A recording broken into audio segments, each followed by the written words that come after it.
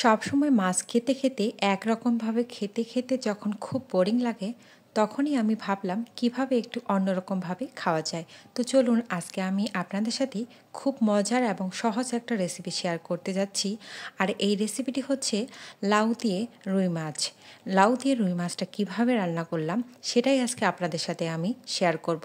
তো আপনারা আমার ভিডিওটি শুরু থেকে শেষ পর্যন্ত ধৈর্য সহকারে দেখবেন এবং ভালো লাগলে অবশ্যই লাইক এবং কমেন্ট করে জানাবেন, পাশেই থাকবেন। কীভাবে এই মজার রান্নাটা করলাম চলুন শুরু করা যাক। তো সবার প্রথমে সেমভাবে আমি মাছটাকে লবণ আর হলুদ মাখিয়ে নিয়েছি, আর এখানে আমি 4 টুকরো মাছ নিয়েছি।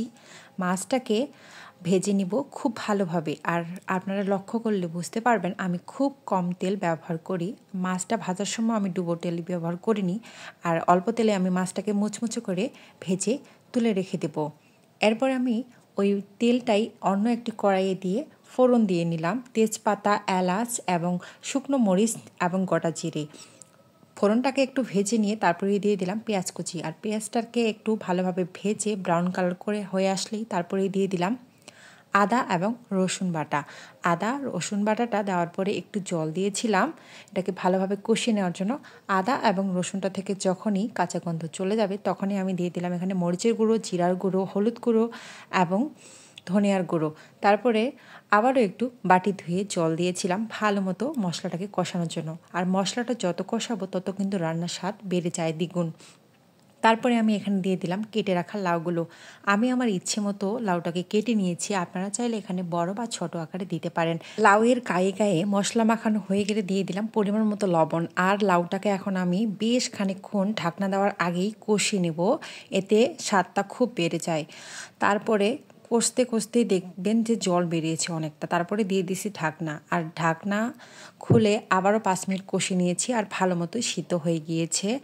আর কষানো হয়ে গেলে এই যে এইভাবে আমি এখন ঝোলের জন্য একবারে জল দিয়ে নিচ্ছি।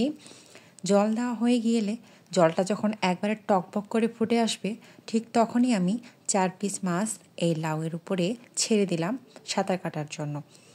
আবারও 5 মিনিট ফুটিয়ে নিয়ে আমি দিয়ে দিলাম 3টা কাঁচা মরিচ ফালি আর গরম মশলা আর ধনেপাতা কুচি। এখন আমি এই যে সব মশলা দিয়ে দিলাম না, মানে গরম মশলাটা দিয়ে দিলাম, এর স্মেলটা যেন বাইরে না যায় এজন্য 2 মিনিটের জন্য ঢাকনা দেব। আর ঢাকনাটা খুললেই আমি এটাকে নামিয়ে নেব।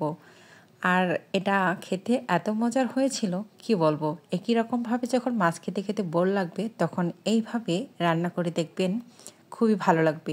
পরিবারের সাথে একবারে জমিয়ে খেতে পারবেন। তো বন্ধুরা, আমার রান্নাটা আপনাদের কেমন লেগেছে? যদি ভালো লেগে থাকে তো অবশ্যই কমেন্ট করে জানাবেন। আর আমার রেসিপিটি ফলো করে একবার হলো বাড়িতে তৈরি করে পরিবারের সাথে মজা করে খাবেন। এইভাবে রান্না করার একটাই টুইস্ট হচ্ছে যে লাউ এবং মাছের স্বাদটা কম্বিনেশন করে দ্বিগুণ হয়ে যায়। তো সবাই ভালো থাকবেন, সবাইকে ধন্যবাদ।